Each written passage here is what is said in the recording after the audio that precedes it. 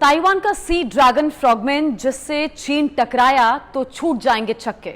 America प्रतिनिधि सभा की स्पीकर नैन्सी पेलोसी ताइवान यात्रा पर पहुंची तो चीन अपना आपा खो बैठा। चीनी सेना ने ताइवान के चारों तरफ सैन्य अभ्यास शुरू कर दिया। पेलोसी के ताइवान से रवाना होने के बाद चीन ने ताइवान पर एक के बाद एक कई व्यापारिक और आर्थिक प्रतिबंधों की झड़ी लगा दी। ताइवान का दावा है कि चीन ने कई बैलिस्टिक मिसाइलें दाग दी हैं। आशंका इस बात की बढ़ गई है कि चीन ताइवान पर हमला कर सकता है। यदि चीन ने ताइवान पर आक्रमण किया तो ताइपे को तकनीकी और संख्या बल के हिसाब से एक मजबूत और दुनिया की ताकतवर सेना का सामना करना पड़ेगा।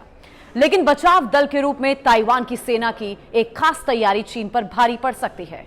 मीडिया रिपोर्ट्स के अनुसार चीन का मुकाबला करने के लिए ताइवान ने गोरिल्ला युद्ध करने की रणनीति बनाई है। हमारी ये रिपोर्ट ताइवान के गोरिल्ला युद्ध में माहिर माने जाने वाली सी ड्रैगन फ्रॉगमैन पर है। रिपोर्ट्स के मुताबिक ताइवान के पास घातक आर्मी की बड़ी टुकड़ियां हैं, लेकिन उनमें सी ड्रैगन फ्रॉगमैन खास है, जो ताइवान की सबसे पुरानी विशेष संचालन इकाई है। इस फोर्स को राष्ट्रवादी ताकतों के चीन की मुख्य भूमिका से बाहर निकालने के बाद 1949 में अमेरिका की मदद से तैयार किया गया था। इसे सी ड्रैगन का उपनाम दिया गया। इसे 101 एम्फीबियंस रिकॉन्सेंस बटालियन के नाम से भी जाना जाता है। इस फोर्स की ट्रेनिंग अमेरिका के नेवी सील्स कमांडो के साथ होती है। अमेरिकी कमांडो सालों से अपने ताइवानी समकक्षों के साथ काम कर रहे हैं और उन्हें प्रशिक्षण दे रहे हैं। इसे ताइवान में अमेरिकी नेवी सील्स का संस्करण माना जाता है। 2020 में अमेरिकी सेना के पहले विशेष बल समूह जो भारत प्रशांत क्षेत्र में ऑपरेशन चलाता है, उसने सोशल मीडिया पर एक छोटा वीडियो जारी किया था जिसमें ग्रीन बैरेट्स के साथ सी ड्रैगन का प्रशिक्षण दिखाया गया था। सी ड्रैगन का प्रारंभिक मिशन सेट बहुत ही आक्रामक था। बटालियन को रणनीतिक टोही, सीधी कार्यवाही और अपरंपरागत युद्ध का काम सौंपा गया। उनका उद्देश्य अपने कम्युनिस्ट पड़ोसियों की खुफिया जानकारी इकट्ठा करना और जरूरत पड़ने पर तटीय प्रतिष्ठानों पर हमला करना था। यह जान लीजिए कि सी ड्रैगन बनना आसान नहीं है।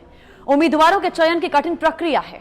उम्मीदवार के चयन से 5 दिन पहले उनकी स्क्रीनिंग होती है और उनकी शारीरिक और मानसिक क्षमता का आकलन किया जाता है। जो इसमें पास हो जाते हैं वो 5 महीने के योग्यता पाठ्यक्रम में प्रवेश करते हैं, जिसे द आयरन मैन रोड कहा जाता है।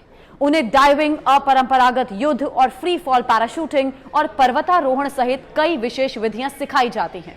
बताया यह भी जाता है कि केवल 20% उम्मीदवार ही पूरा प्रशिक्षण कर पाते हैं, जो इस कठिन प्रक्रिया को पास कर लेते हैं। इन्हें कमांडो घोषित किया जाता है। उसके बाद इनके नंगे बदन पर यूनिट बैज का पिन सीने में धसाया जाता है। इस बटालियन को खास तौर पर विशेष समुद्री अभियान के लिए बनाया गया है और इस अभियान को चलाने में उन्हें विशेषज्ञता और निपुणता हासिल है।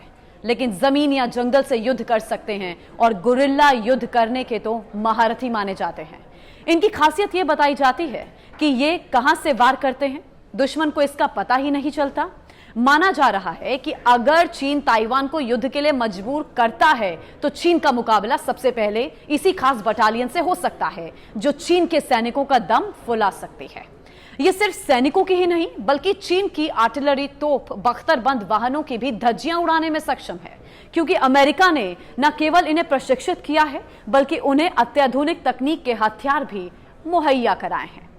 ताइपे को चीन से हमेशा खतरा महसूस होता रहा है, इसलिए युद्ध की आशंका के मद्देनजर उसने इस 101 एम्फीबियंस रिकॉन्सेंस बटालियन के लिए पेंगू और किनमेन द्वीपों पर 2 फॉरवर्ड ऑपरेटिंग बेस स्थापित करने के लिए लगभग $13 मिलियन खर्च किया है। पेंगू द्वीप श्रृंखला ताइवान के पश्चिमी तट से केवल 30 मील की दूरी पर है।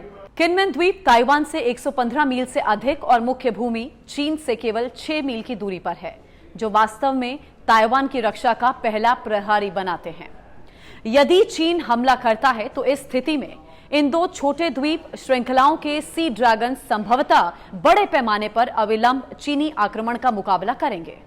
जानकर मानते हैं कि ताइपे का लक्ष्य द्वीप पर कब्जा करने में देरी से चीन को निराश करना होगा, ताकि अंतर्राष्ट्रीय समुदाय और विशेष रूप से अमेरिका को प्रतिक्रिया देने का समय मिल सके। हालांकि चीन की भारी भरकम सेना के आगे गोरिल्ला युद्ध छेड़ने वाली ये बटालियन कितनी देर तक चीन का मुकाबला कर पाएगी, ये कहना मुश्किल है। लेकिन सी ड्रैगन के बारे में एक बात तो पक्की मानी जाती है कि वो चीन के लिए सबसे घातक और खतरनाक साबित होंगे। इस वीडियो को आप लाइक और शेयर जरूर कीजिएगा और इसी तरह खबरों के पीछे की खबर जानने के लिए आप रहिए टाइम्स नाउ नवभारत के डिजिटल पेज पर।